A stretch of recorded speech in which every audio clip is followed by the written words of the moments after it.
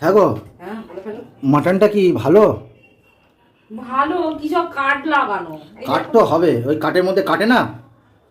তাহলে এত হবে হবে ওরকম।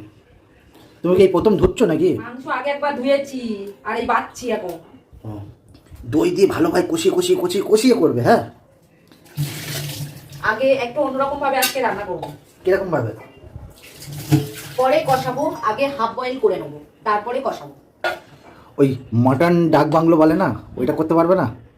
না অত সময় নেই আমার হাতে, এরপরে রিলস করতে হবে। তুমি এসে বাঁচো তো দেখি এরকম বাঁচতে পারো? আমার চোখে তো যতটা পড়লো বাঁচলাম, তুমি কিছু দেখতে পাচ্ছ কি? দেখো। না না, আমি অন্য কাজে যাই, তুমি করো বাবা তোমার কাজ। কি বলো বলো তো, একটা দিন ছুটি পাই, একটু রেস্ট নেবো, তার উপায় নেই। না দুপুরবেলা রেস্ট নেবে কেন? রেস্ট নিয়ে নিয়ে তো গোল হয়ে যাচ্ছ। ঘুমটা একটু কম করো।